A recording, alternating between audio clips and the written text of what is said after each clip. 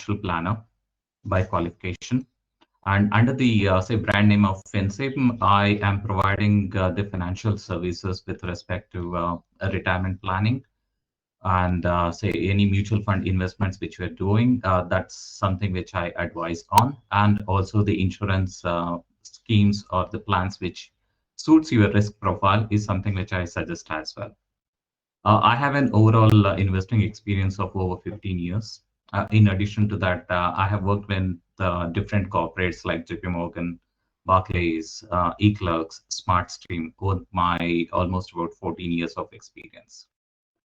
Uh, since November 2020, I have gone full-fledged into the financial services industry, where I have been engaged with my clients in providing financial services as well as spreading financial knowledge. Some standard disclaimers.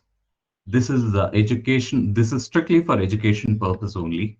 We might be taking in several companies' name or mutual fund schemes for examples. Please do not consider this as any investment advice. This is for your reference only. You need to consult your financial planner before proceeding with any of the investments. The views expressed in this webinar is purely of mine and based out of my past experience and analysis. This is going to be recorded, so I would suggest you to refrain from specifically asking any personal questions with respect to your numbers. We can have a detailed conversation later on. Say you can get in touch with me on my contact number. What we are going to cover over the next 1.5 hours of session is what is financial planning all about, its meaning, its significance, importance, the wealth management pyramid upon which we actually base our clients' financial goals, what is asset allocation and what is its importance with respect to achieving your goals, how inflation plays a spoil sport and how you can mitigate it or how you can handle it, financial habits and mistakes, investor behavior and how it impacts one's investment returns, and also the risk management, credit score, one of the least spoken topics, but if you're looking at availing any loans or anything of that sort in the future, it's going to come in very handy. And we will look at how you can improve your credit score or how it plays a good role when you want to avail a loan.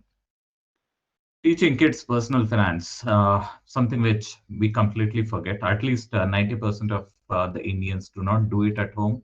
So the importance, significance, and how we can start it at home with our kids so that they don't make the same mistake as we have done. Moving on to, with respect to the webinar, we do not have a chat option. I would suggest you guys to keep your questions for at the end of the session, wherein we are going to screen through every question which you guys have, and then we will try answering those questions for you. Let's see what financial planning is all about. All of us would have read in our basic economics class that the resources with which we need to achieve our desires are limited. However, our desires are unlimited. Same holds true for financial planning as well. We are considering the cash outflows, the cash inflows which we are going to get, and with which we are going to plan out our future in such a way that all the cash outflows which we are going to be doing would be aligned in order to ensure that the future obligation towards our family is met. That is nothing but achieving our financial goals for our family. Why do we need a financial plan? There's a great saying which goes by this: if you fail to plan, you are planning to fail.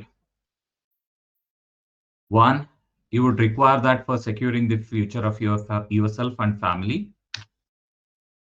We might encounter unlimited number of unpredicted events, COVID being one of it, wherein many of us might have seen either pay cuts or job losses, which has resulted in significant dent in our finances. In order to accommodate all these aspects, we need to ensure that we have a strong financial plan behind us. Most of us would have the financial goals or the life goals thought through there in their mind, but it has never made it on the paper. Because of which we might be thinking, yes, we need to provide good higher education to our kids. Okay, that's a goal. But if you have to ask them as to what the higher education means, so at this point of time they might not be able to do that, but at least we can take cues from what is happening in and around us in terms of say our friends kids or our family say our family relatives kids who might be going in for their higher education. What is the cost of expense which they have to incur now, and then we will have to adjust it with the inflation in order to understand what would be the future cost of the same kind of education about 10, 15, 20 years down the line. The moment we have all these goals in on paper, we would be in a much better position to prepare a plan. Balanced lifestyle, a must. So we cannot be only saving and then say living a spendthrift life. So we will have to ensure that we have a balanced, healthy lifestyle wherein we give proper importance for our financial goals.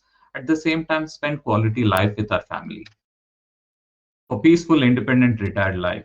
As per one of the latest surveys which is done, which is a pleasant surprise, in fact, about 51% of the people actually plan for the retirement, and it's the 49% who do not. And this number has increased significantly over the years, and I'm sure with people educating themselves around financial literacy, the percentage is going to increase in the future. Now, when should we be doing the financial plan? If you were to ask me as a CFP, I would suggest that I would say that this is a continuous process. This is not going to end at one point of time. So you do not plan it once as a bachelor and you are done with it. It cannot happen that way. Our needs, our desires, our goals change over a period of time. As you would be looking at the presentation now, as a bachelor, you would be looking at, you would not have any financial dependence most of the times. You would have higher risk taking capability, and your investment time horizon would be on the long side. You are staring at almost about 30 to 35 years worth of investment time horizon. Post marriage, the situation changes. You would have a dependent, and you might have a working spouse or a homemaker. And so irrespective of it, you will have to plan for both of your future. Your expenses are going to increase. Your risk profile is going to change. It's not going to be the same as you had in bachelor. The same kind of investments which you had planned while you were a bachelor might not actually meet your risk profile requirements post marriage. A change would be required as far as your asset allocation and your portfolio is concerned. Goal planning comes into the picture, wherein you will seriously have to start looking at retirement if you have not done that as part of your bachelor life. As parents, we say start looking at the kids' expenses. Kids' goals become our highest priority. Our expenses are going to increase because of the educational expenses which we will have to bear. Financial dependence obviously would increase. Now, the financial planning requirement at the retirement stage is completely different. So here you would be almost done with all the financial obligations which you would have had towards your family, and you would be looking at primarily maintaining your current lifestyle. You would have increased medical expenses thanks to the aging factor, because of which we will have to provision sufficient amount of money for medical expenses.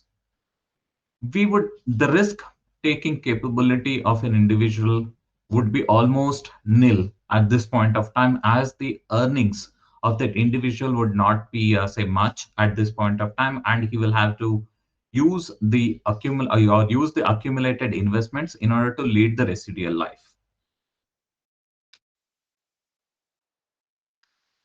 This is the wealth management pyramid with which we actually plan for our clients' financial goals achievement. We place highest amount of importance to the protection aspect because that forms the foundation for all the financial goal planning which we are going to do. Now, what we mean by protection is an individual sufficiently covered from a perspective of life in case of an untimely demise of an individual. Will he have sufficient life insurance coverage so that the family will not have to compromise on the lifestyle which they were leading before the individual passed away? Health. COVID-19 has shown all of us that this has to be one of the say requirement when we are considering protection. Most of us had never seen this kind of medical bills in the past. If an individual gets enrolled in the hospital, I think the each every day's expense ranges from almost about 50,000 to almost 1 lakh rupees in the serious cases. And by the time the individual gets discharged from the hospital bills have gone up, shot up to almost about 12 to 14 lakhs per person. Whereas most of the insurance coverage or the medical insurance coverage which we have at present, either say taken by ourselves or provided by our company, is limited to the extent of almost about 5 lakh rupees which the company is offering. And most of us would not have even bothered about taking an individual personal personal medical coverage. That's a must. And what is the quantum of the coverage which is actually required? That depends upon your medical history, your family profile, your age, your risk taking capability. Disability, something which say we usually do not account for when we are taking into account our life insurance. There are riders available wherein you can cover yourself against any disability, temporary disability or permanent disability, which is going to negatively impact your financial earning capability in the future. Debt reduction and emergency funding. These are the next. Emergency funding is a must for each and every individual. At least about 3 to 6 months worth of the monthly expenses, including the loan EMIs, whatever is available, should be parked as emergency funds. We will discuss more in detail about it in our further slides. In savings, we look at bank deposits, mutual funds, shares, bonds, exchange traded funds, etc. Speculation, once you have achieved protection, once you have sufficient coverage, once you have made sufficient investments and savings, then this is a bit high risk investment which we are going to be doing. That would be in derivatives, commodities, real estate, or forex. And in the top, we have the estate planning and succession planning. Now, this is something which we once again ignore, and law takes its own due course when it comes to succession planning. But on the contrary, we should be working towards preparing a proper say wealth passing on measures like taking our own will, wherein we dictate what should be the asset distribution among our family, so that we can avoid disputes in the future, even though we would not be there in order to witness the disputes, but it is always better to leave the family in harmony with will rather than say getting them to say quarrel with each other. Okay, let's discuss about protection in detail. Life insurance. Now, this is the basic for any individual who has any dependent in his family. Now, whether it is COVID-19 or any other circumstances, life is completely uncertain. Nobody is sure of what our death date is going to be all about. We need to ensure that we have sufficient amount of life insurance coverage for ourselves to ensure that the lifestyle of our family doesn't get impacted with our absence. You would have seen multiple life insurance policies being provided to you or being pitched in from multiple insurance agents.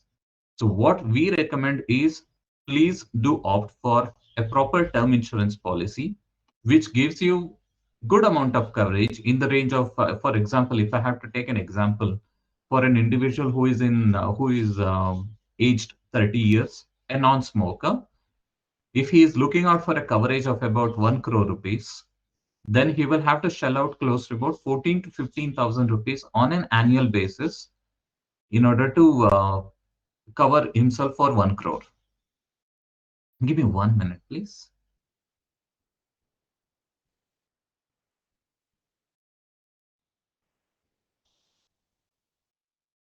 So sorry. Now, till what period should we be going for term insurance coverage? Most of the individuals take it till the age of about 85 to 90. Some people take it only till the till their financial earning years, that is up till about 60 or maximum of 65 years. So what we recommend is a term insurance policy should be taken until and unless you are financially productive. That is till the age of about 60 or maximum of 65. At that point of time, you need to ensure that your term insurance ends, and then you should be looking at leading a balanced life and should be giving sufficient amount of say coverage for your medical needs. Critical illness cover nowadays, this comes as a byproduct or a rider along with your term insurance policies for most of the insurance providers. ICICI has got about 34 critical illness which they cover. Kotak covers about 30. Likewise, this is something which you should seriously take a look at, because the kind of ailments which are covered under critical illness cover are any heart attack or cancer, coma, stroke, permanent disability. All these things are burn injuries. All these things are covered under critical illness cover, and this is not based on your medical bills. Let's be pretty clear about this. This is not based on how much is the medical say cost which you're going to incur. This is like an one-time settlement which the insurance company is going to do for you to ensure that you and your family is sufficiently covered because of loss of income. For example, if a person gets impacted with cancer, we would not be able to say by when he is going to resume his job. It might take about 6 months, it might take about a year or more than a year. So there will be a loss of income, but the financial liability is not going to stop just because he's not earning. He will still have to pay his EMIs. He will still have to pay his family's grocery bills and other lifestyle related expenses. So the critical illness cover which you're going to opt for would help you in maintaining the same standard of living. Health insurance, as I was discussing earlier, it's a must for everybody to opt for at this point of time. Looking at the current medical bills which we have, I think an individual should have a base premium of at least about 10 lakh rupees for the whole family as a family floater. And on top of it, there are quite a lot of innovative and cost efficient health insurance plans which are made available by the health insurance companies. For example, HDFC Ergo has a super top policy where you can, by paying about 5,000 rupees for a family of about 2+1, in the age range of about 30 to 35, they can take a cover of almost about 20 lakhs with a deductible of 5 lakh rupees, of course.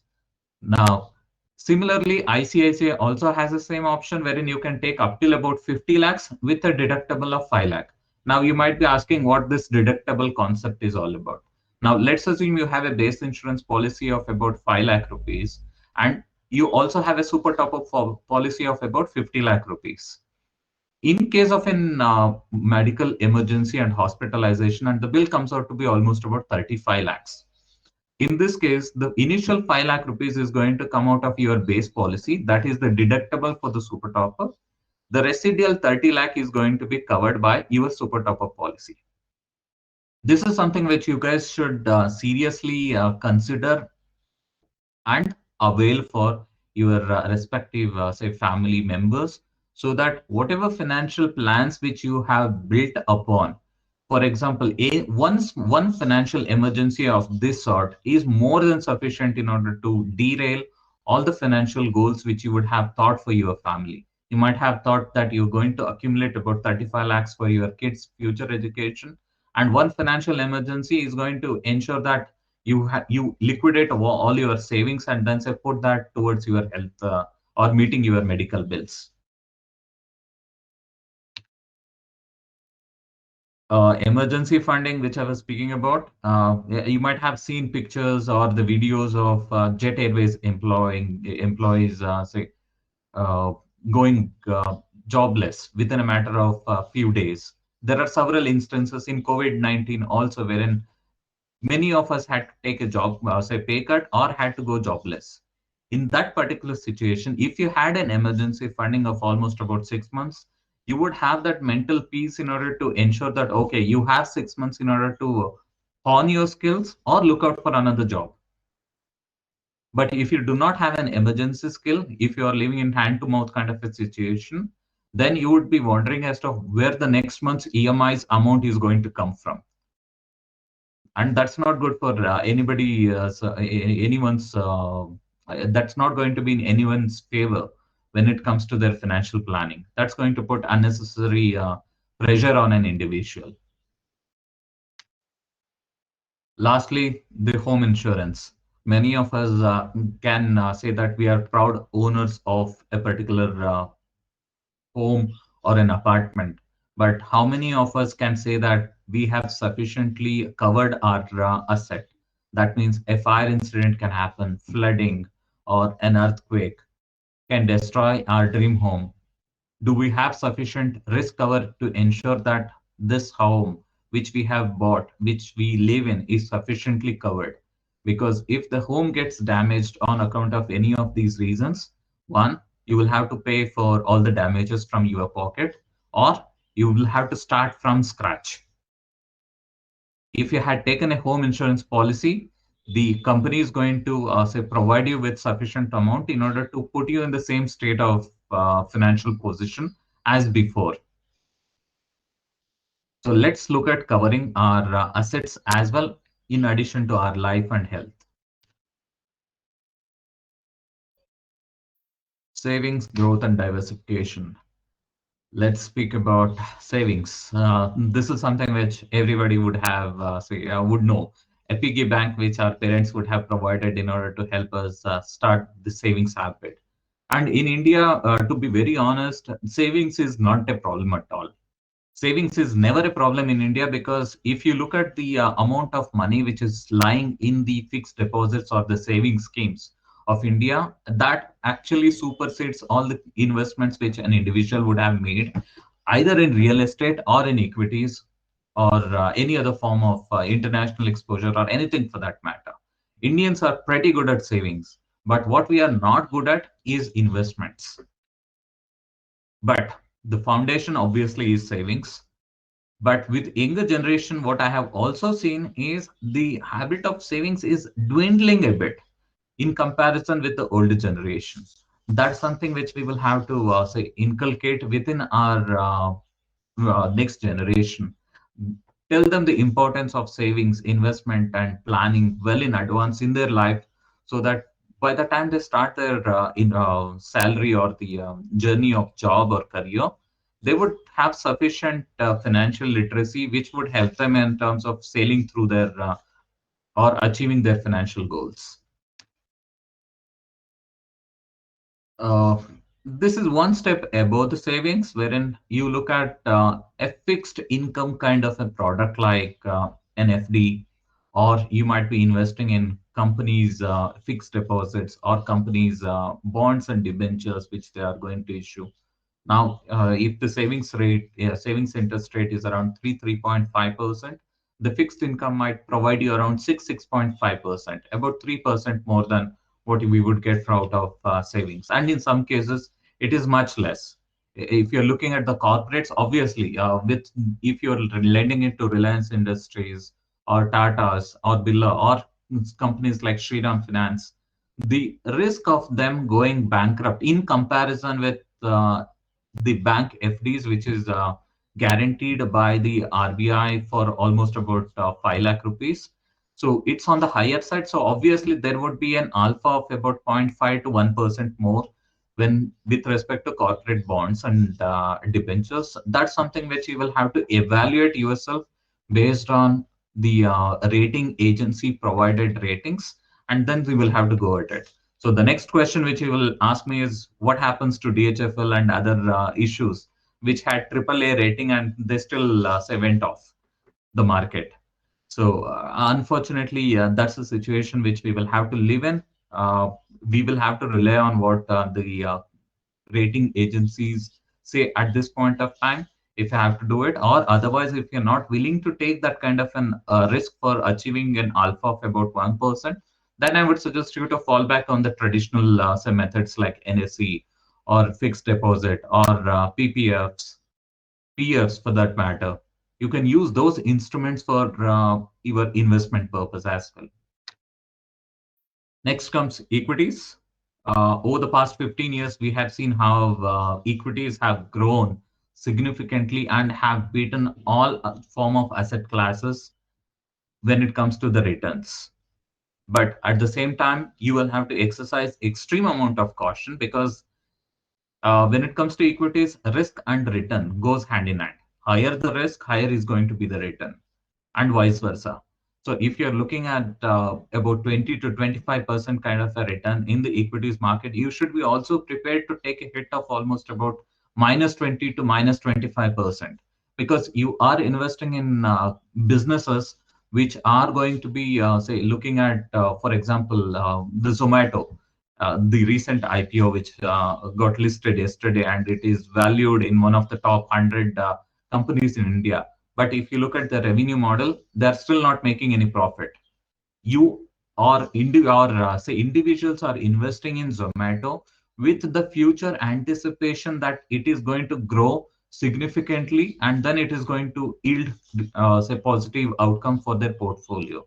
But the risks associated, I'm just taking it as an example, the risk associated with Zomato is uh, they have tied up with restaurants from where they take a cut of their bills as well. For example, about 10 to 15% of the total bill is something which Zomato takes as their fees.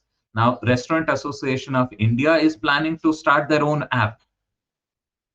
They are planning to have their own logistics team in place so that they can invest on that rather than sharing the revenue with Zomato or Swiggy's of the world. If they do that, that's going to be detrimental for the business of Zomato, and we will have to see how that sustains. This is exactly where I was referring to risk and reward. If you are ready to take a higher risk, considering all this probability, the probability of you getting reward is also on the higher side. But you need to evaluate all aspects of the business before you actually invest in that business. Now, to simplify that particular purpose, you have mutual funds. In mutual funds, you will have a dedicated portfolio manager for each and every scheme who is going to be monitoring the future businesses or the businesses where the company or the scheme is going to invest money in. You and me as an individual might not be able to sit with the board of directors or the CEO of Zomato and ask them for their future opinion or future expansion goals and plans, etc. Whereas a portfolio manager who is sitting on a cash of almost about 10,000 crores, who is going to be investing that money in future businesses, he will have all the right in order to walk up to a CEO and secure his appointment in order to understand what their future goals are and then see whether the investment is worth doing or it's something which they can skip. This is where the professional assistance from these fund managers is going to help you. The last one is ETFs, exchange traded funds. This is a new concept which is evolving in India, but this is a well developed concept in the Western world, wherein it's similar to mutual funds, but say the cost of managing is going to be extremely low when it comes to ETFs because they primarily are mirrored with an index. For example, if you have to take an example, we have Nifty Bees as one of the exchange traded funds, which actually invests in the 50 companies which Nifty index is a part of, or which are part of Nifty index in the same proportion as what it constitutes the index. So the amount of risk which an individual will have to take is spread across 50 companies, and your return is going to be very well aligned with how much ever Nifty is going to return as revenue. Just one thing to mention, if a mutual fund is costing you an expense ratio of about 1% to 1.2%, usually ETFs are in the range of 0.15 to 0.20%. After having met your basic risk cover and savings and investments, now here comes the highly speculative products which we have in the market, which is the derivatives market to start with. Futures and options. You might have heard of this particular concept. If you were following, or if you have the habit of watching CNBC TV 18, you would see that there is a futures contract on Reliance Industries, or an put option which is attracting more attention with respect to TCS.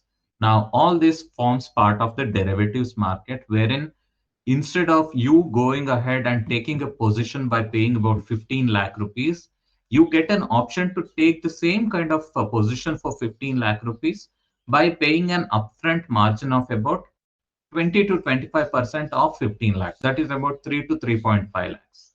So that's a kind of leverage which the derivatives markets would offer you.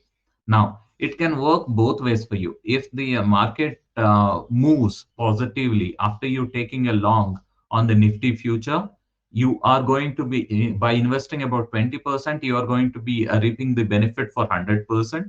On the contrary, if the market nosedives, if an adverse event happens in the say market in the future, and if the market nosedives, you are going to incur the same amount of say loss as well in derivatives. So you will have to be extremely careful when it comes to derivatives.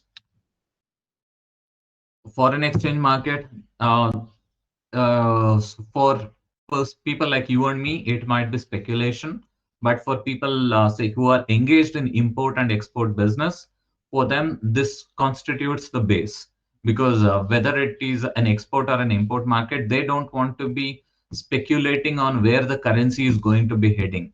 For example, the technology or a KPO provider like eClerx, they might have association with multiple foreign say companies where the revenue is going to be either in euros or USD.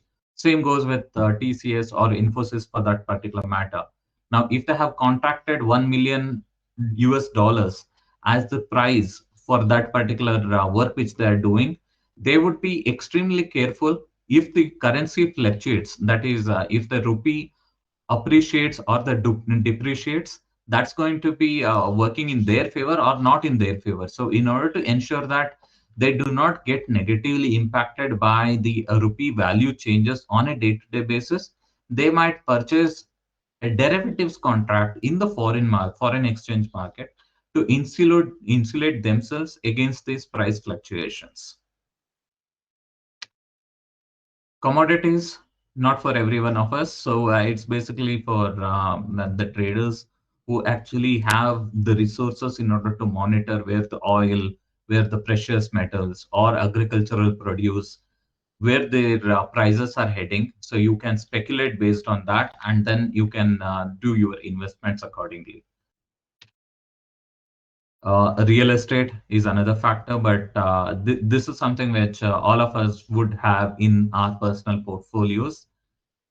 We have seen a good amount of returns during the period of 2003 to 2008, and followed by a very, say, a long dull period when it comes to real estate returns. So this is something which is once again speculative in nature, but the advantage which, or the advantage which most of us see, is this is a tangible asset.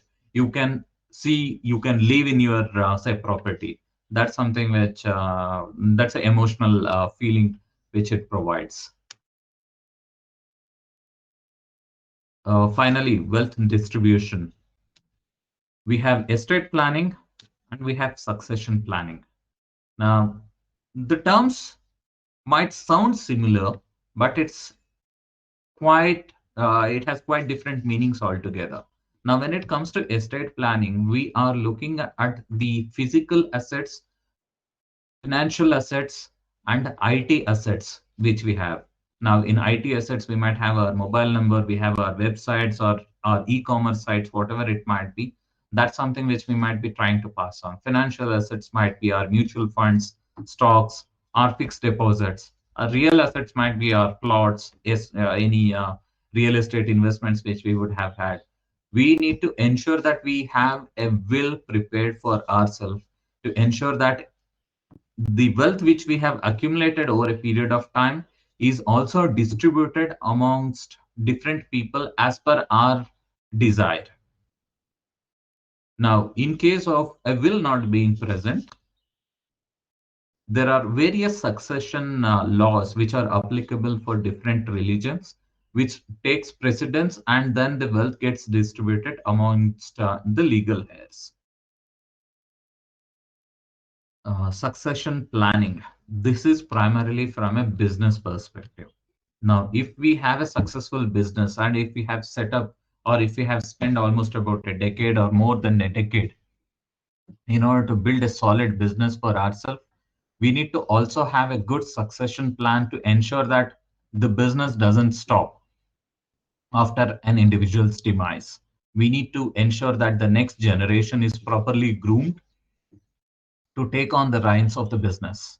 Or if you do, if the as a family members are not professionally qualified in order to take on this particular business, we should ensure that this is actually handed out to any professional individual whom you deem fit in order to take over the business. And when you are doing so, you need to ensure that the family shares are completely preserved and only the execution and the management part is passed on to the professional management.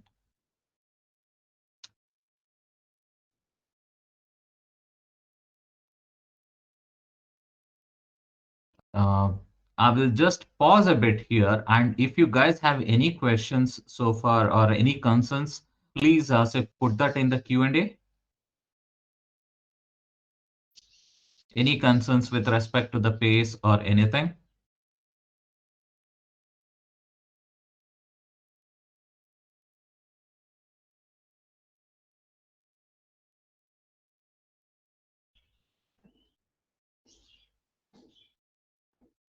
Excellent. I will proceed further.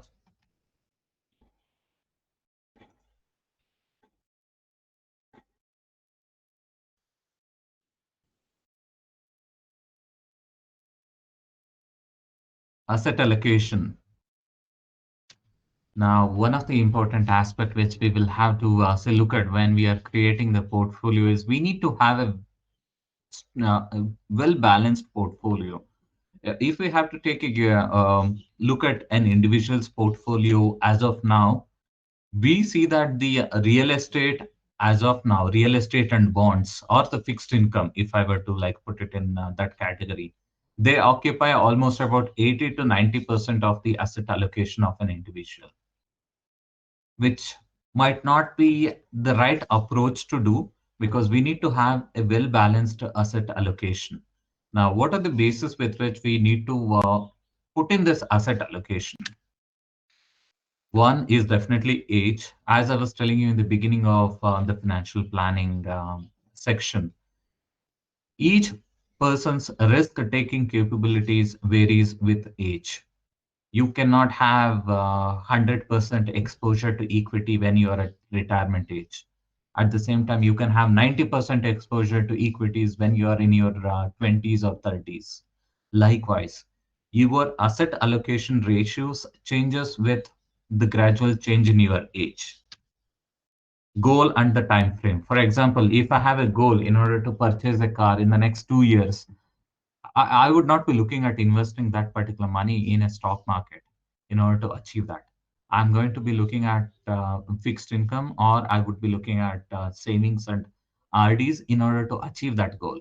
Whereas if I have the same goal where the time frame is going to be about 7 years down the line, if I'm planning to purchase an say Hyundai Verna or that kind of a vehicle 7 years down the line, at that point of time it's an aspiration and I have longer time frame with me. So I'm going to increase my exposure to stocks and decrease my exposure to fixed income. Risk profile, the most important of all. So risk profile is something which actually defines whether the individual has the taking capability in order to venture into risky assets like stocks. Somebody who would have already say had a bitter experience with a stock market, his risk taking capability might be extremely low. So you will have to also consider that particular factor and while deciding your asset allocation mix.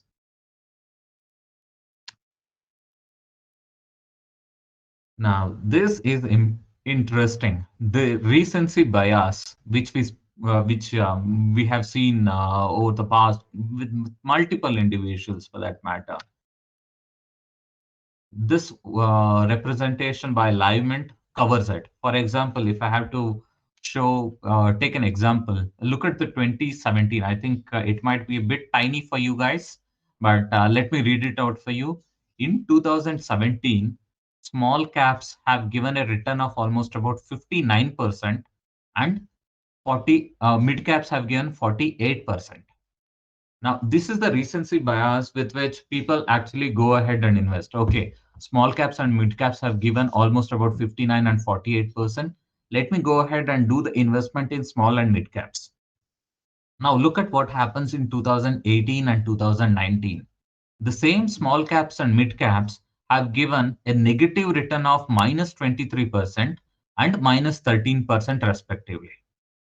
In 2019, small caps have given minus 9% and mid caps have given minus 4%. After delivering a superb performance of almost 59 and 48%, these have given negative returns over the next 2 years.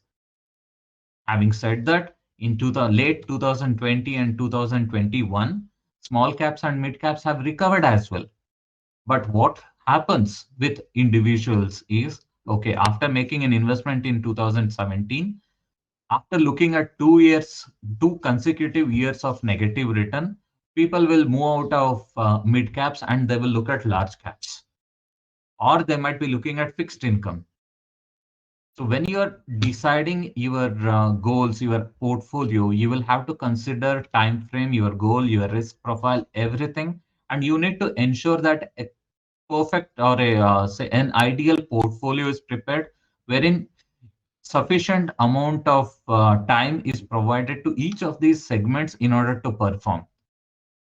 From what I see, you need to give at least about 3 to say 5 years for a large cap to perform. If you're looking at mid caps, your time horizon should be anywhere between 5 to 7 years. If you're looking at small caps, it should be definitely more than 7 to say 8 years. Nothing less than that. That should be the time frame with which you should be actually venturing it out into stock market into different segments.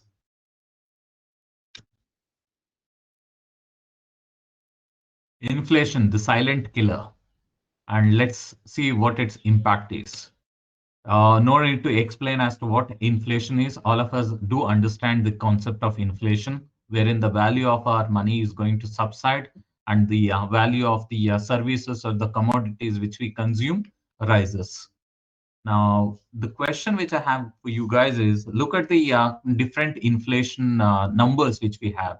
Now, on a weekly basis, we get to see the inflation numbers released by the government, wherein which indicates somewhere in the range of about, we have seen 4 to 8, or in several years back, we have also seen double-digit inflations in the range of about 11 to 12%. As of now, the consumer inflation for the products which we consume on a daily basis is around 7%. It's a bit outdated, so I will have to change it to 7 and 6.5%. The medical inflation, however, it's staggering 15%.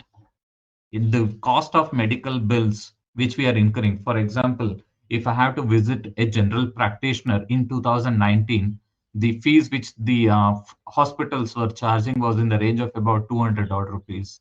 Now, if you were to go to, I'm not speaking about the COVID era, forget about the COVID. So even if I have to go in around early or Jan Feb of 2020, the same consultation fees has been hiked to almost about 250 to 300 rupees. And post COVID, no need to mention because of all the PPE and other expenses associated. The bills have increased to almost about 350 to 400 rupees per consultation in a normal hospital. I'm not even referring to Fortis, Apollos of the world. I'm referring to a normal hospital. So the medical inflation is raising at a staggering 15% on an annual basis. Education inflation, we might be looking at about 10 to 15 lakhs for a normal education for our kids, the higher education for our kids. But believe me, it's increasing at almost about 10% on an annual basis. The 10 to 15 lakh which you are provisioning for might not be sufficient in order to take care of the higher education expenses. Lifestyle inflation, this usually changes with the rise of income of individuals. Whenever our income rises, we ensure that our lifestyle also increases in the same fashion, which should not be, say, what we should be doing. We will discuss about it a bit in the next slides. Financial habits for healthy life, healthy financial life.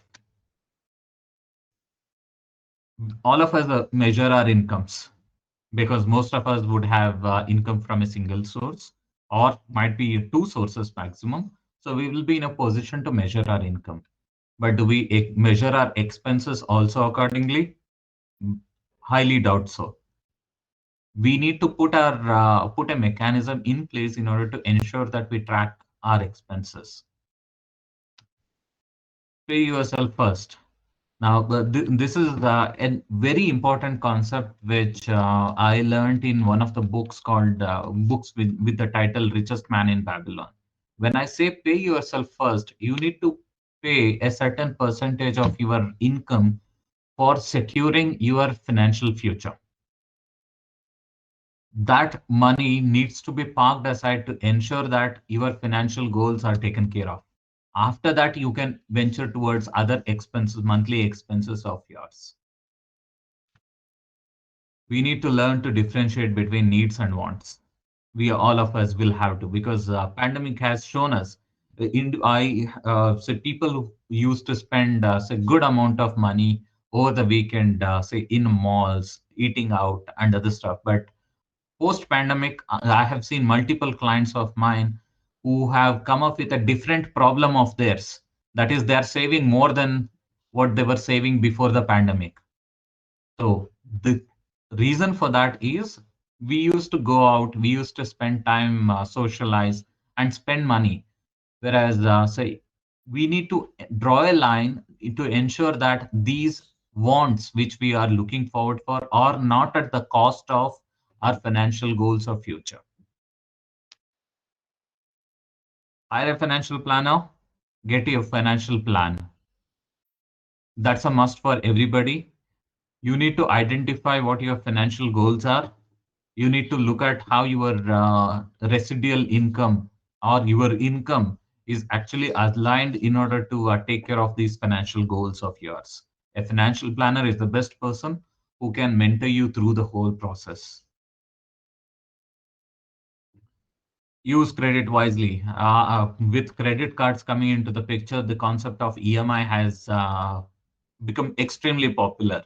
If I cannot afford to buy something, for example, a PlayStation, okay, I'm going to buy it on credit and I'm going to pay it over a period of 12 months. So likewise, our wants start creeping up. We will start spending it using our credit cards and we get into the rat race. So the one EMI would stop after 12 months and then we would be all ready to embrace the next EMI. So let's ensure that whatever credit which is available to us is used extremely wisely. some of the mistakes which we do when it comes to finance, not being truthful about our financial position. Now, forget about others. We are not being truthful about the financial situation to us itself. We will be consoling or we will be telling ourselves, okay, I'm earning almost about 1.5 lakh on a monthly basis. I'm well off. But it's not how much you make that matters, it's how much you keep or how much you grow that matters.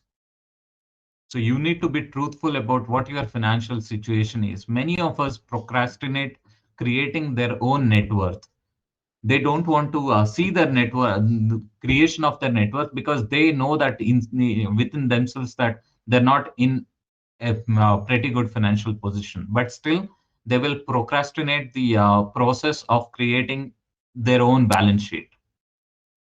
They need to engage themselves. If not a financial planner, they need to sit and then they will have to create their own net worth and balance sheet. Not following a budget, first of all, we don't have the say concept of creating a budget, most of us. So we need to get into the habit of preparing a budget and then say following it. Not maximizing your savings. Yes, this is where we Indians say excel at. We save, but this savings lies unattended in fixed deposits or savings account of ours. Now, if you look at the say fixed deposit returns now, it's hovering in the range of about 4.5 to 5%, or some say risky banks are also giving it at about 5.56%. Now, this rate is still below our inflation rate of almost about 6 to 7%. What it essentially means is on an yearly basis, our income or the money which we have saved is eroding by almost about 1 to 1.5%. And it's a silent killer. We don't realize it, but it is having a significant impact on the overall economy on us as well.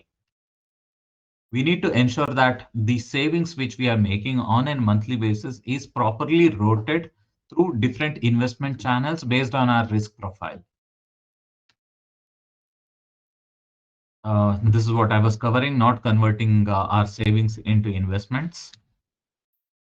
Oh, not working on increasing our financial knowledge. We spend about 40 to 45 hours on a weekly basis in order to earn the money, but we do not spend about 2 to 3 hours on a weekly basis in order to understand how the money which we have earned so far, how this can be saved and invested.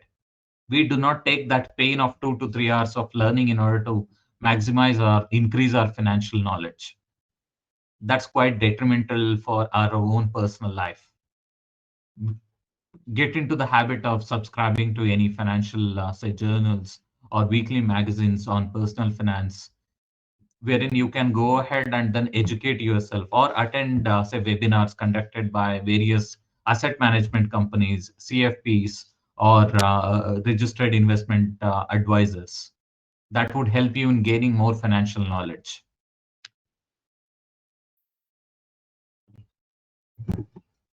Formula for say wealth creation. Give me one moment, guys.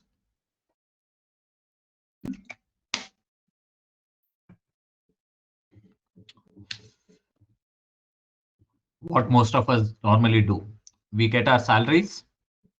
The first cut goes for all the expenses. We will pay our credit card bills. We will pay our shopping expenses. We will go for groceries, and whatever is left actually translates to savings. But on the contrary, what we should be working towards, or the formula should be, our income minus savings. Okay, we have XYZ financial goals, which calls for about 20 to 25% of our income being allocated towards investments. So we need to ensure that this savings and investment takes precedence over our expenses. We allocate the money towards savings and investments first, and whatever is residual, that should be allocated between our different expenses. The best way in which say has helped me in the past is the envelope system. Now nowadays it's mostly digital money, but in the say in the past, what I used to do was I used to take the say money out, withdraw from the ATM, and then say put it in different envelopes based on my requirements. So that if one particular envelope gets over, for example, if I have kept that for say my personal entertainment in terms of movies or eating out, once that gets over, I know that for that particular month, that's what I have exhausted my allocation, and I will have to cut down on that nature of expense. Or I will have to take it out from some other envelope, which is going to compromise the other. For example, if it is grocery or the fuel expense, that's going to get compromised. Instead of taking my car out, I will have to take my bike out. I will have to compromise on my lifestyle. So that would definitely help you guys if you were to take that as a point. Power of compounding. So eighth wonder of the world is something which say everyone would have read about in the newspapers, in the magazines, or anywhere. Let's look at how it works. Now, if you have made an investment initially, it's like a snail or it's like a tortoise. The first 5 years, your money is going to increase to about 1.76 times. You might be thinking, okay, 5 years, I have just got this much. But you look at the end period. If an individual has started investing at the age of 25 and he starts earning, by the time he retires, by the time he reaches 55, 60 years, the same investment which would have made in the first month would translate to almost about 30 times. Now, this is better illustrated with the next slide. So if you see here, a gentleman by name Mr. Ajay and Mr. Vijay. Ajay started at the age of 20, sorry, Vijay started at the age of 25, wherein he started an SIP of about 5,000 rupees. Now, he continued that SIP till the age of 60. So the total investment which he has made is about 21 lakhs.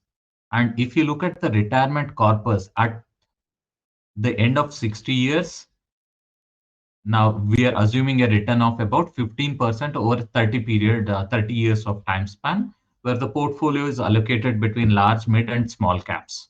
So a portfolio would yield about 15% per annum. So Vijay is sitting on a corpus of almost about 5.7 crores. And he has not increased his investment. 5,000 remaining constant. He would have had multiple pay hikes, different, say, windfall, bonuses, or anything. But if he is a disciplined investor and he has stayed invested for till the age of 60 by investing 5,000 rupees on a monthly basis, he would have accumulated close to about 5.7 crores. On the contrary, if Ajay has started his investment journey at the age of 40, and if he is investing three times of what Vijay is investing, that is 15,000 for the next 20 years, he will still end up accumulating only about 1.99 or 2 crores of money for his retirement. Do you see the impact which the time has over a period of time on the corpus which we are going to accumulate on? The longer you provide, the higher the benefit is. So you need to start early as the day even you start earning. And in fact, if you have kids at home, I would encourage you guys to teach this particular concept to them and help them in saving and then investing their pocket money and savings so that they can also understand the importance of investments and how they can see they would have you in order to mentor them.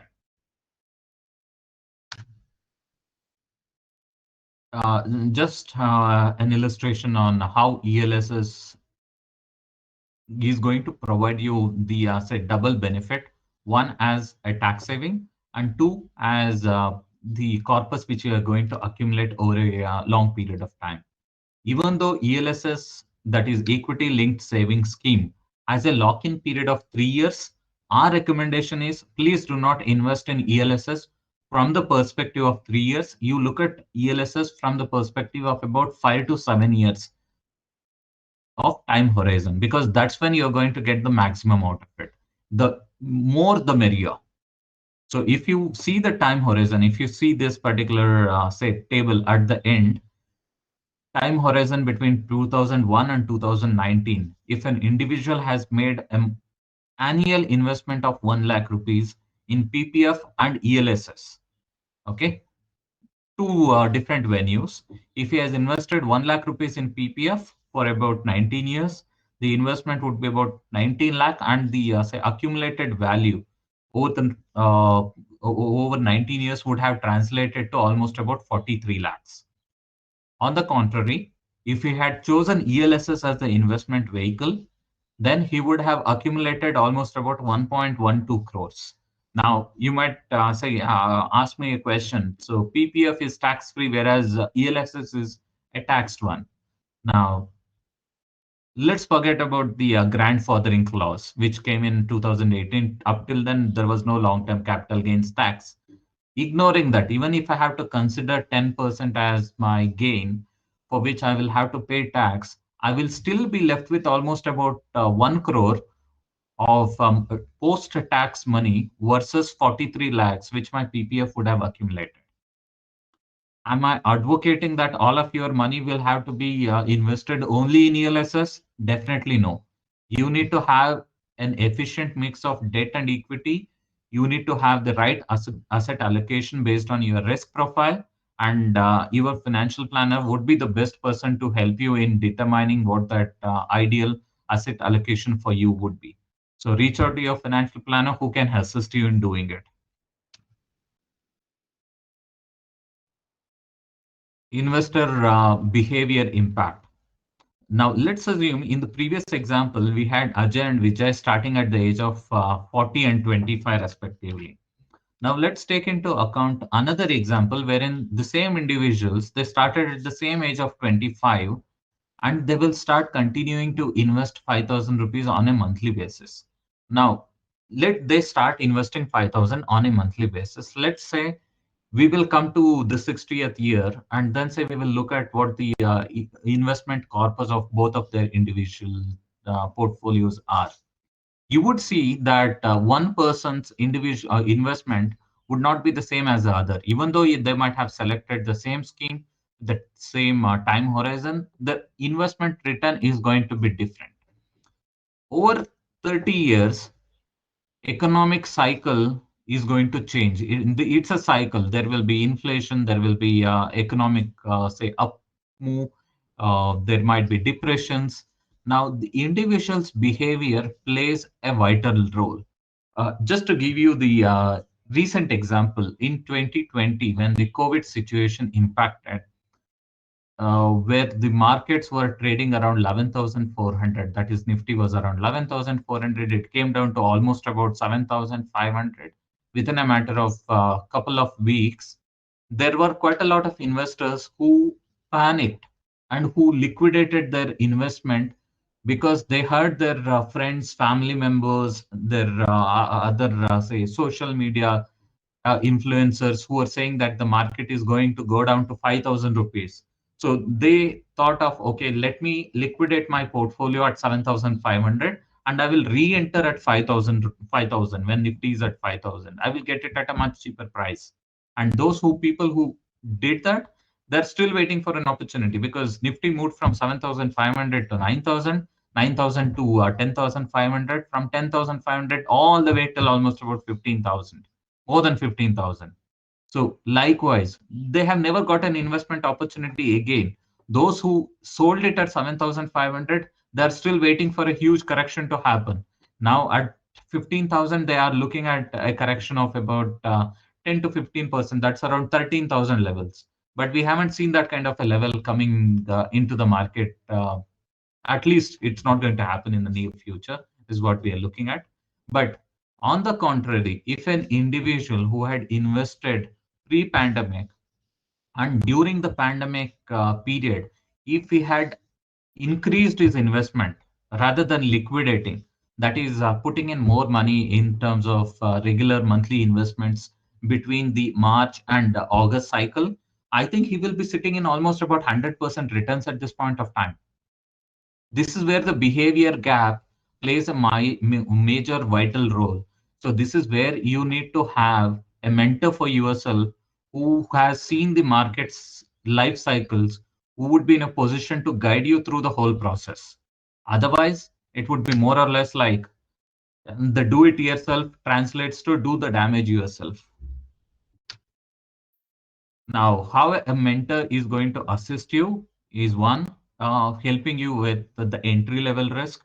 If you're looking at an investment time horizon of 15 to 20 years, one of my friend, Roshan, wrote a nice article around this.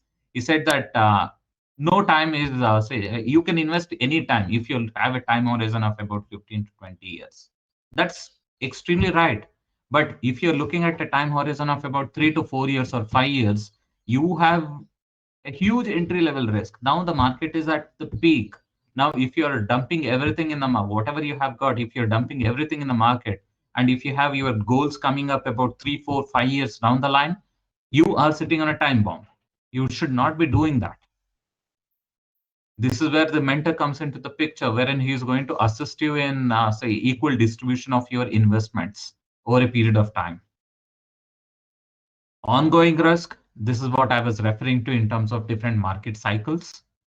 So different market cycles, you might get tempted to book your profit, or you might get tempted to say book your losses also. So at that point of time, he will help you in understanding what needs to be done. Exit level risk is when you are approaching your financial goals, what should be the right level. Nobody would be able to pinpoint it to the exact point, but at least they will be able to guide you to their maximum capability to ensure, okay, about 1, 2 years before your goals are to be achieved, would state that, okay, the markets are overvalued at this point of time. You might want to look at liquidating, or if there is an say significant negative event coming up, then he might suggest you to liquidate your assets in equities, and it might ask you to say move the same investments to fixed income products, so that your goals are not subjected to market movement, and or so it doesn't get impacted by the market movement. This is a funny picture which I shared some time back, which got huge amount of response from people. So a giraffe crossing the say river, stating that, okay, come on guys, it's not that deep. Now imagine the plight of other animals if they were to listen to the giraffe. Each individual has their own risk-taking capabilities. Their risk tolerance is different. You cannot just invest it just because Mr. Rakesh Junjunwala is investing in XYZ company. His risk-taking capability is way, way different than what you and me have. You cannot listen to your manager. Your manager might have a different risk-taking capability, whereas say yours might be different. You might have a family which might be extremely financially dependent on you. So the kind of risk which he takes, you might not be able to take it. Same goes with your family as well. You need to determine what is your right amount of risk which you can take, and then say you will have to invest. Please do not copy somebody's portfolio. That's not going to help you.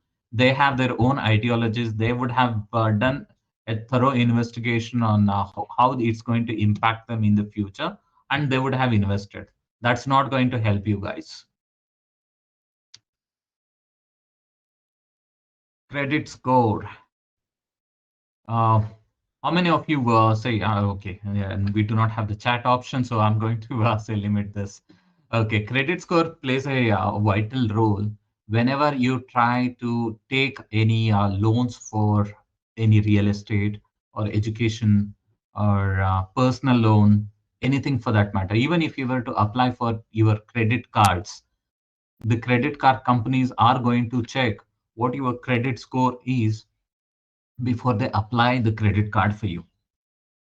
Now, we have several credit rating agencies for individuals, CIBIL being one of the, say, prominent. So all of us have entitled to one free report on an annual basis.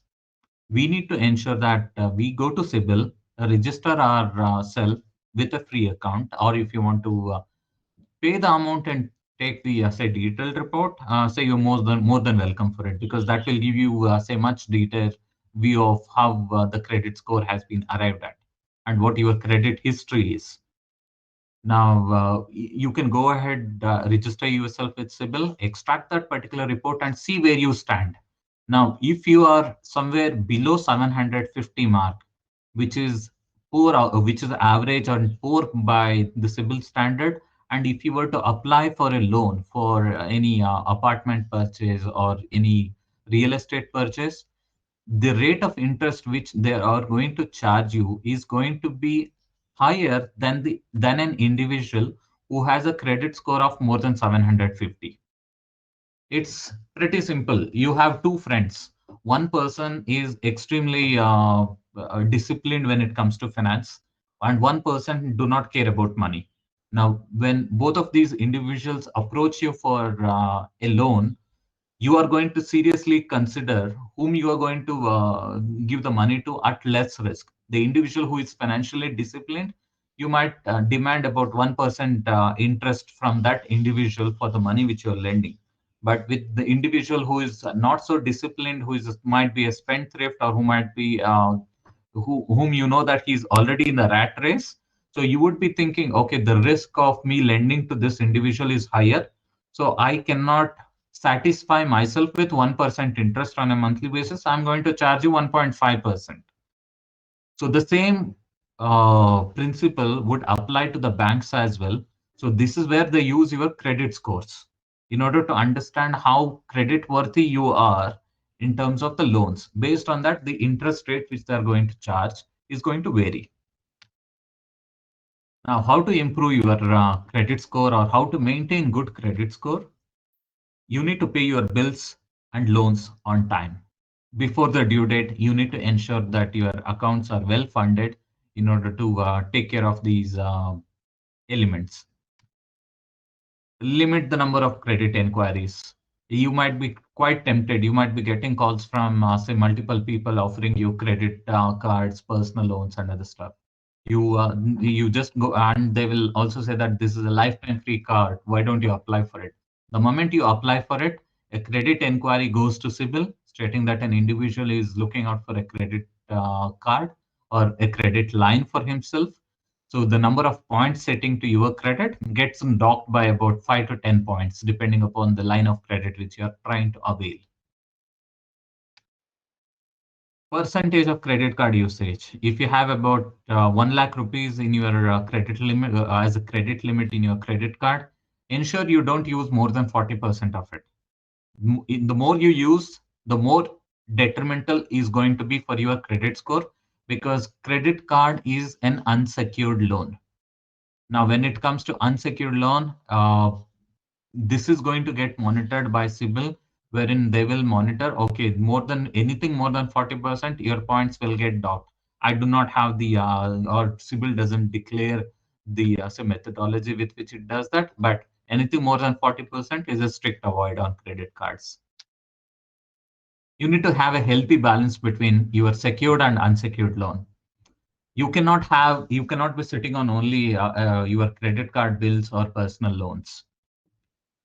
In that case, all of that is going to be classified as unsecured loans, and that's once again is going to have a negative impact on the credit score side. Now, as I was telling you before, take a look at your yearly report of CIBIL, which will help you in determining where you stand with respect to your credit score, and then you can make changes to your way of spending based on the inputs which you get out of these CIBIL reports.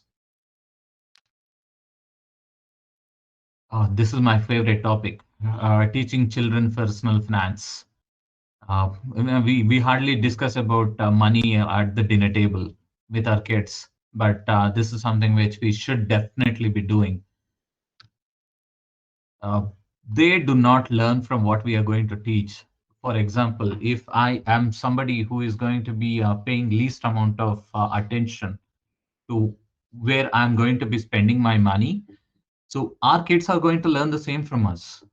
If they see us spending, say, money on entertainment or lifestyle related expenses, they are going to think that this is the way of life, and they will inculcate the same in their future expenses as well.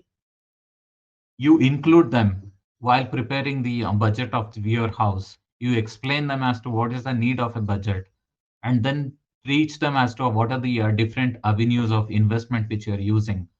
That is going to help them. That's going to say, have a grassroots level impact on them to ensure that they understand personal finance, they create a budget, they invest it properly. As parents, we spend almost about 15 to 20 hours. This is as per a survey, minimum of about 15 to 20 hours on a weekly basis, helping our kids in their academics. But do we spend even 10% of that time in spreading financial awareness? Not with many parents whom I have interacted. This is something which we will have to inculcate. Start teaching them the concept of savings, the bank.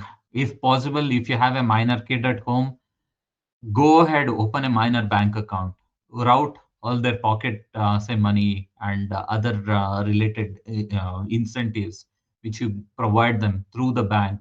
Help them understand the importance. The moment on a quarterly basis they see interest being accumulated on their investments, after reaching a certain threshold, if possible, open a minors mutual fund account for themselves. Help them understand the importance of investment. Show them their portfolios over a period of time as to how it has accumulated, how it has improved over a period of time. That helps. Start teaching them the concepts of money at a very young age. There are quite a lot of stories which you can read out to them. There are quite a lot of books which are available.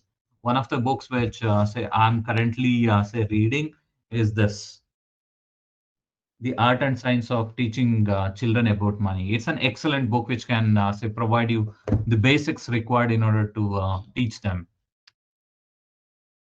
Changing your habits can have a positive impact on your future. That's something which they need to understand from the scratch, from their childhood, and help them understand the reasoning behind your investments, not just telling them that you are investing in XYZ mutual fund or XYZ fixed deposit. You help them understand what is the rationale behind that particular investment.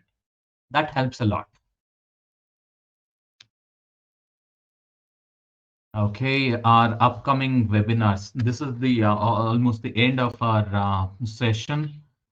We have our upcoming webinars coming up, which is going to be Insurance 101 is one of it. Uh, we will notify on our Facebook page, wherein you can register for Insurance 101, wherein we are going to discuss in detail the do's and don'ts while you are purchasing the insurance. What are the important riders which you should be taking care of?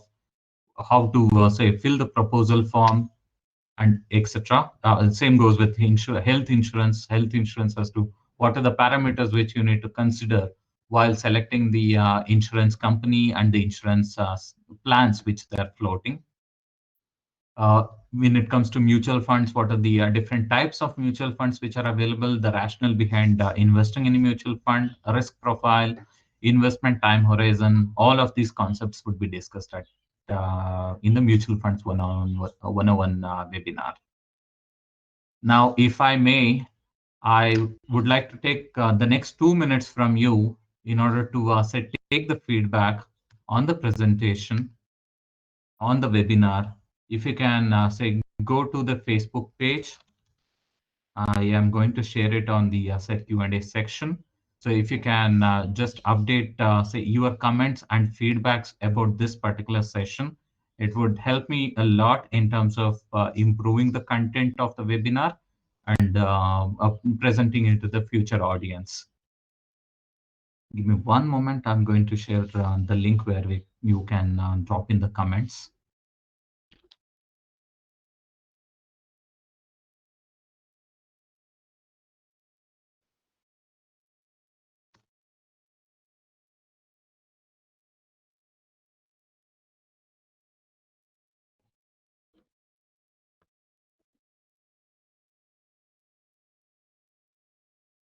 I hope you got the Facebook page link. If I can request you guys to take about a minute now We will conclude it with the quick Q&A session and say why we should not be going with stocks tips. What are the demerits of it? We will cover that briefly. But before that, if you guys can take about a minute or two in order to go to the Facebook page and then write your comments, it would help us a lot.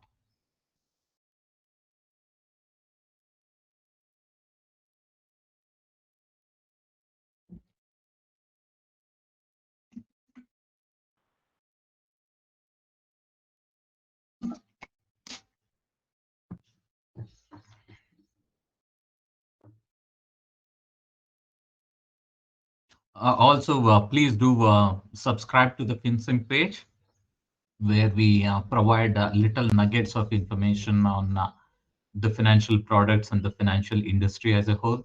With our Did You Know series, we are also planning to come up with a video section in order to host about 3 to 4 minutes kind of a video in order to give information on certain products and stuff.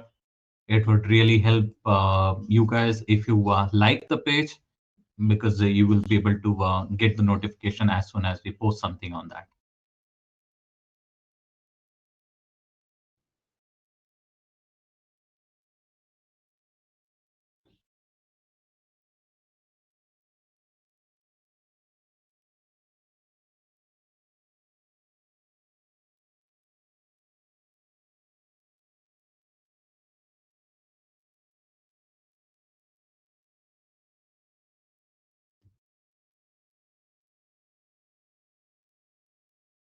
Ankit, is it possible for you to copy the link on and paste it on a browser in order to see if it works?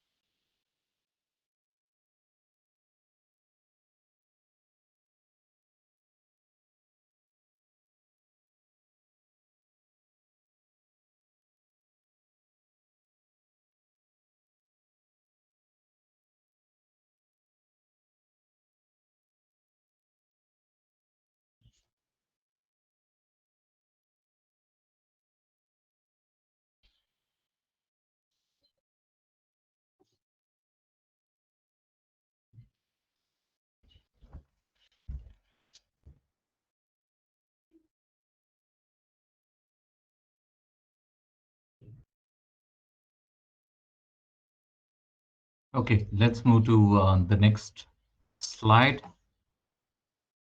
Many of you, if you have opened a Demat account, you would have received several calls from people who claim that they provide financial market tips in order to maximize your profits. So I would strongly suggest you guys not to subscribe for those kind of tips, because they are pretty much traps, which is going to negatively impact your portfolio at the end of the day. So I just tried preparing this slide in order to help you understand how these tips provider actually function as a whole. Now, they would have a database of almost about thousands of people. And when, if hypothetically, if they were to say have a call center and then say call up about 20,000 people who say who's the database they have, and start telling them that they're going to provide you stock tips, and 10,000 might express their willingness in order to try their trial version for about a week in order to see how that works. And then after that, they might be taking their call on proceeding with a subscribed or a paid version of theirs. Now, what happens is when 10,000 people express their willingness, the tips provider would divide them into two groups, let's say A and B.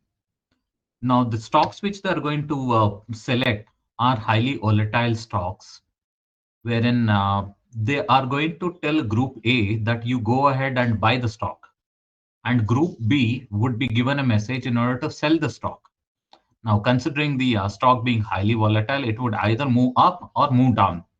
Now, in either of these two positions, let's assume the it moved up. So group A guys would be overwhelmed because, okay, these guys, the tips which they provided worked in my favor. So they are going to wait for the next call to provide. So the group A is going to be further subdivided into group A1 and B1.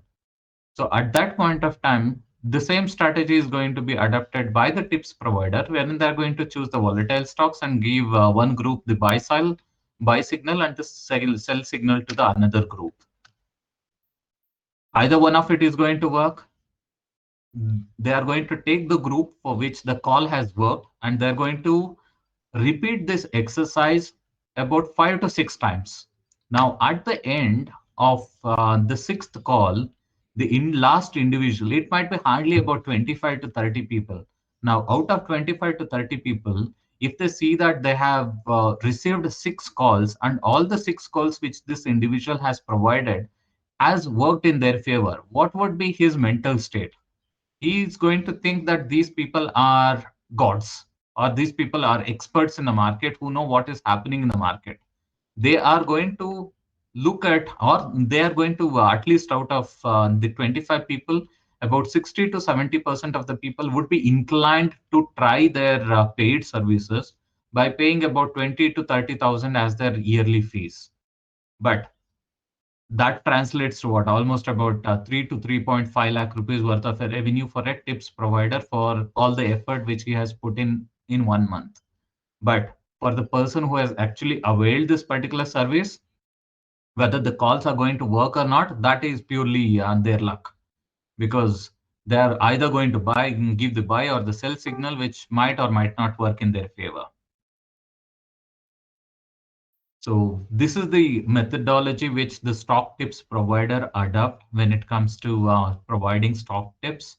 I strongly recommend you guys to not subscribe to any of these tips and then lose your money. I am open for the Q&A section. I have 1.5 hours reserved for the presentation, and about we can stretch it up till about 15 minutes for addressing any question and answers which you guys have. I see some questions already raised in the portal. Let me open that.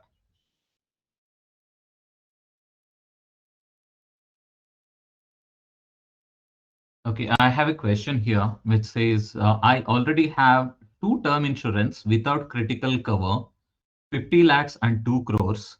Can I now close the 50 lakhs term insurance and switch that over to term insurance with the critical cover, say for 25 lakhs or 50 lakhs?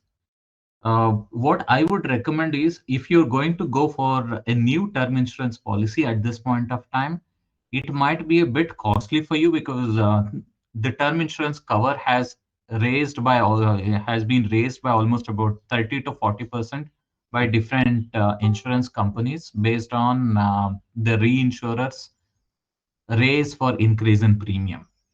Instead of that, you can look at taking a standalone critical illness cover, which is also provided by some general insurance companies. This is independent of the medical insurance. Earlier, Apollo Munich had this particular policy. Now that they have clubbed with HDFC Ergo, we will have to see if the standalone critical illness cover is still being provided. If they have, I would recommend you to take that.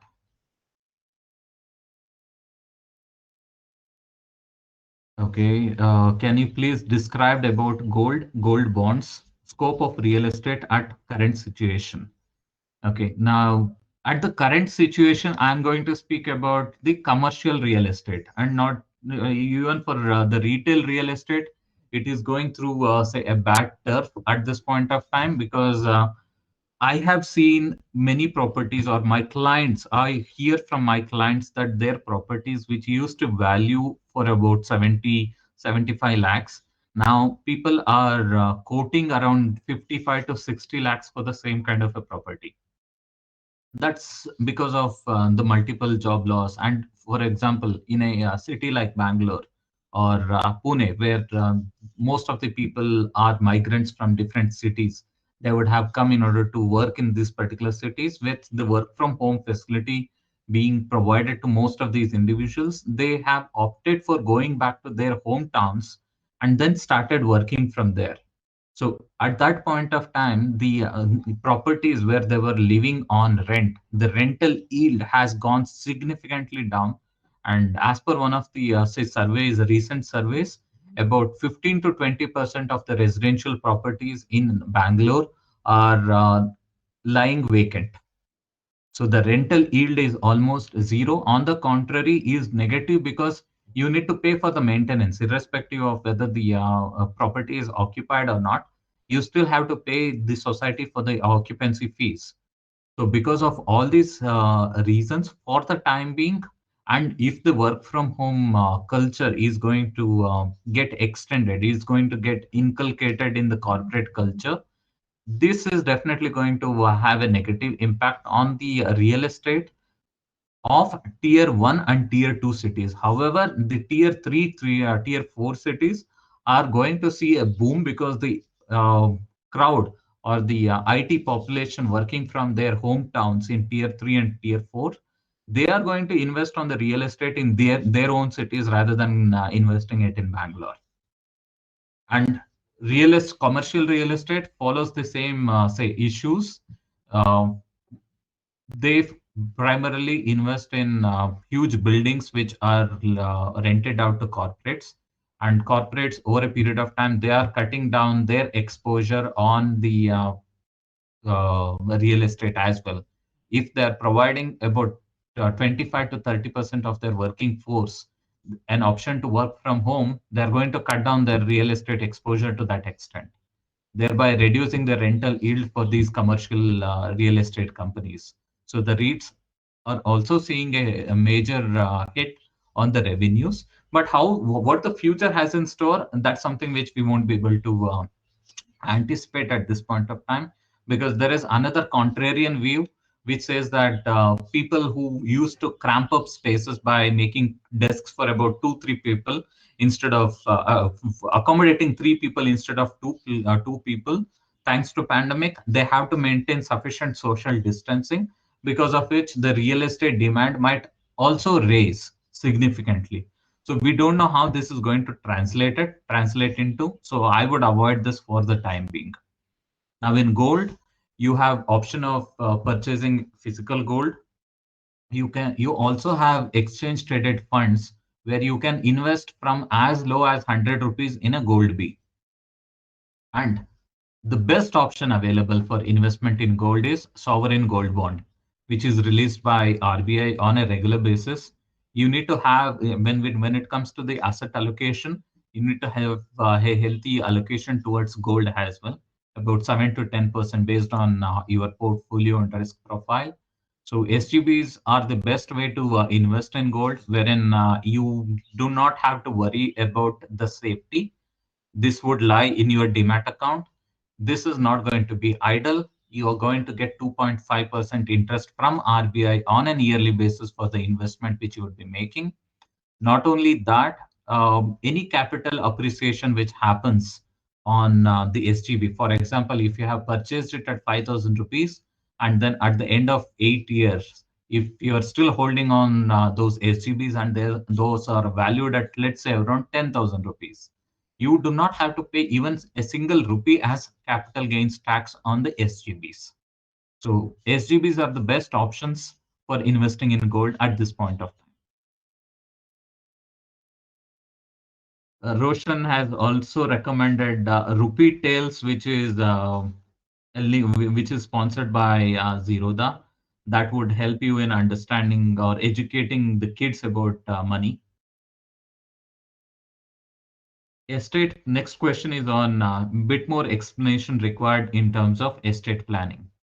Now, that's a huge topic in itself, and it's legal in nature. But so what I would suggest is anybody who has financial assets or any self-occupied or not the ancestral property, self-earned properties, they need to prepare a will in order to ensure the allocation of their assets happen as per their desires and not as per the laws. For example, if a Hindu or say a married person were to expire and his property is supposed to get diluted, And let's assume he has a father who is dependent on him. As per law, the father is not entitled for anything. He's not classified as a class 1 higher as per the Hindu Succession Act. So father is not going to get anything out of the son's property. So even though he might be financially dependent, he won't be eligible for anything. So it's going to be the wife and kids who are going to inherit the complete property. So if you have a will in place, then the will is going to supersede it, and you can make the allocation based on the requirements and your desires.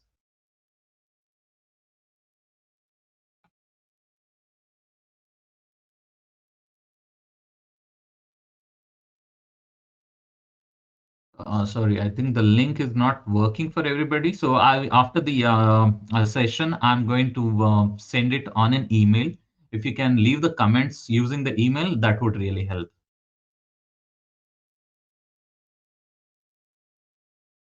I have a medical claim policy of Oriental Insurance Government Company for which I have to pay 10% copay.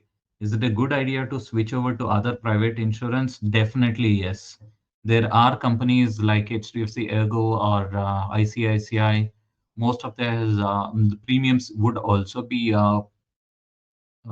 economical in nature, but at the same time, there won't be any cap on the room rent. There won't be any co-payment which would be required. So if you can avail that, that would be the best option. Even 10% at the rate of almost about, if you were to like take some of the COVID incidents, then it translates to almost 1.5 lakh worth of payment, which will have to happen out of your pocket. I would suggest you to go for something else where you do not have a co-payment and you do not have a limit on the room rent as well. Okay, can you elaborate more on ETF? If you can join the mutual fund session, which we will be hosting, we will discuss more in detail on the ETFs in detail in that session. Ankit, I have your email ID, say from the registration form. I will drop in the links there. And after the session, as a surprise gift or your willingness in order to attend the session, you are going to get a link wherein you get to block my time for about 15 minutes for a one-on-one session, wherein you can bring in any of your pressing financial concerns which you have, and we can see how that can be addressed with the financial instruments or the financial services. So you are going to get that link after the session ends now. Any other questions which you guys have, please?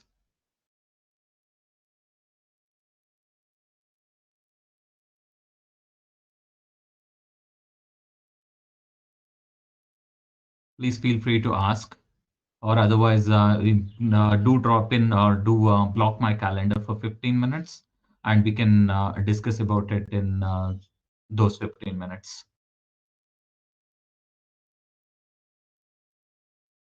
I have my contact details on the page, so you can reach out to me, say via any of the modes, either from my website or from the email ID or anything. That's it from my end. Thanks a lot. Thanks a lot for your 1 hour 40 minutes of your time. Appreciate it. You guys have a good day. Bye bye.